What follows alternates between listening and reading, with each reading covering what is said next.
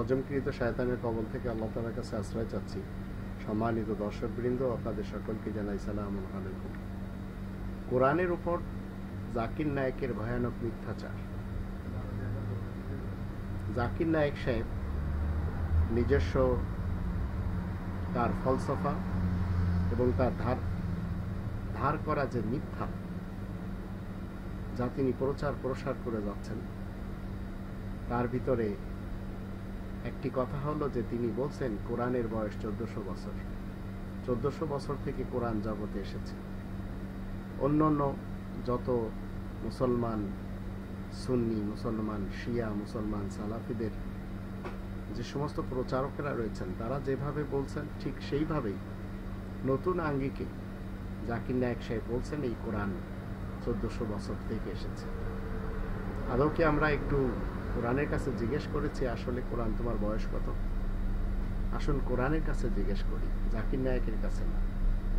আমরা যদি কোরআনকে জিজ্ঞেস করি যে তোমার বয়স কত, তো কোরআন 46 নম্বর সূরা আল আহকাফের 4 নম্বর আয়াতে বলবে যে দুনিয়ার প্রথম থেকেই আমি, আমার পূর্বে কোনো গ্রন্থ এই পৃথিবীতে আসেনি, এমনকি এলেমের কোনো বিবরণ এই পৃথিবীতে আসেনি। যদি কেউ না মানে তাহলে 46 নম্বর সূরা আল আহকাফের 4 নম্বর আয়াত নিয়ে সে চ্যালেঞ্জ কবুল করুক, যেখানে আল্লাহ বলেন ইতুনি বিকিতাবিন মিন ক্বাবলি হাযা আও আসারাতিন মিন ইলমিন ইন কুনতুম সাদিকিন। তোমরা এনে দেখাও যদি তোমরা সত্যবাদী হয়ে থাকো যে কোরআনের পূর্বে কোনো গ্রন্থ ছিল অথবা কোনো এলেমের জ্ঞানের উৎস। এবার কোরআনকে আমরা জিজ্ঞেস করতে পারি যে তুমি এই পৃথিবীতে শুরু দিন থেকে কেন এসেছো? এর উত্তরে কোরআন 2 নম্বর সূরা আল বাকারার 185 আয়াতে বলবে হুদাল লিন্নাস শাহরু রমাদান আল্লাযী উনজিলা ফীহিল কুরআন হুদাল লিন্নাস। রমাদান মাসে কোরআন নাজিল করা হয়েছে মানুষের হিদায়াতের জন্য, মানুষের গাইড করার জন্য। তো মানুষ দুনিয়ার শুরু দিন থেকে, কোরআন দুনিয়ার শুরু দিন থেকে। এখন যারা বলছেন যে এই 1400 বছর ধরে কোরআন, তাহলে হুদাল লিন্নাস শব্দটি কোথায় রাখবেন তারা? লিন্নাস, কোরআন হিদায়াত দিতে এসেছে মানুষকে, মানব সমাজকে। মানব সমাজ 1400 বছরের পূর্বেও ছিল। এমনকি যদি কোরআনের কাছে আমরা জিজ্ঞেস করি যে তোমার এই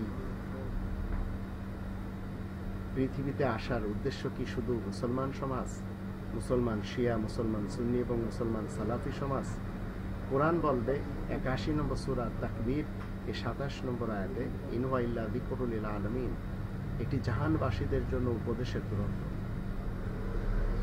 আবার যদি কোরআনকে জিজ্ঞেস করি যে এই কোরআন কি সকল নবী রাসূলদের কাছে ছিল, তো এই যে পঠিত গ্রন্থ লিখিত আকারে সকল নবী রাসূলদের কাছে ছিল, যার আসল নাম হচ্ছে আল কিতাব, 2 নম্বর সূরা আল বাকারার 213 নম্বর আয়াত এবং 57 নম্বর সূরা আল হাদিদ এর 25 নম্বর আয়াত তার প্রমাণ করে।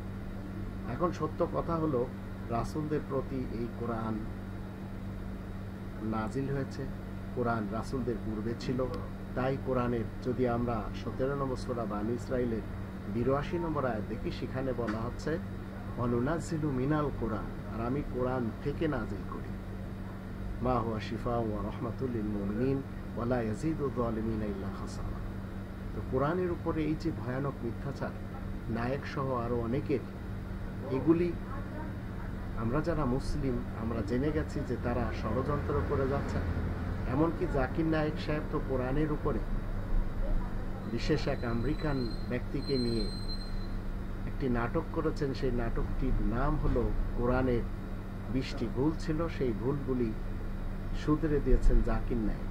অথচ এই দুই ব্যক্তির জানা নেই যে 2 নম্বর সূরা আল বাকারার 2 নম্বর আয়াতে কোরআন প্রথমেই বলে যালিকাল কিতাবু লা রাইবা ফীহি হুদাল লিল মুত্তাকিন।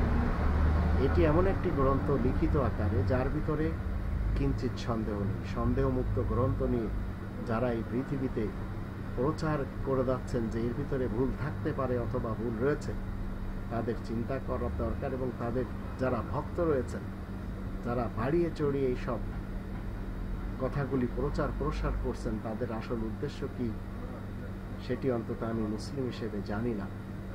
তবে এই কোরআন কমপ্লিট, তাই রাসূল করিম এই কোরআনই তিলাওয়াত করতেন এটি কোনো বিশেষ ব্যক্তির জমাকৃত গ্রন্থ না, আল্লাহ তাআলার পক্ষ থেকে এটি গ্রন্থ আকারে শুরু দিন থেকে।